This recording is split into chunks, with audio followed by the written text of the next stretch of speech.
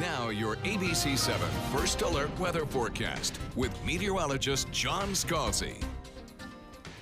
So our big weather story of the day is going to be shifting weather patterns that takes most of our shower and thunderstorm activity over the weekend and pushes them inland to the east coast so that we get probably 2 or 3 days, maybe longer, of some drier conditions across the area. 83 degrees the air temperature, dew point 72. We have lots of sunshine and a heat index already of 88. As we progress through the afternoon, we'll watch about a 30% chance of showers developing this afternoon. That'll be mostly in inland areas.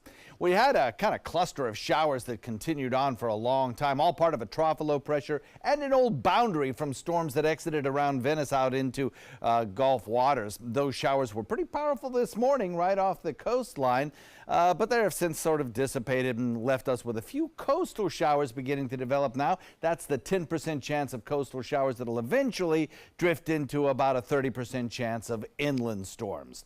As I mentioned, we've got some cloud cover around. That's from localized storms, not from the two systems that we're watching. Beryl, of course, out here way far in the Atlantic, about 2,800 miles away. And Invest 96L. We said we'd talk about Invest 96. Let's do. It's in an environment that's probably going to help it develop into at least a tropical depression, maybe more.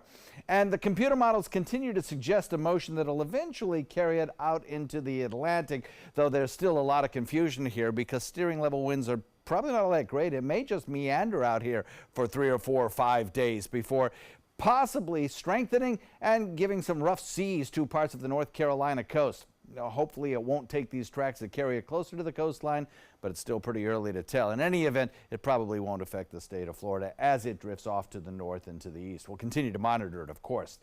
Beryl continues on a track that takes it toward the Lesser Antilles, possibly as a Category 1 hurricane, becoming quickly a tropical storm and eventually, I think, dissipating as it gets into the hostile wind environment that will be in the Caribbean as it moves in that direction. We'll keep an eye on that one, too.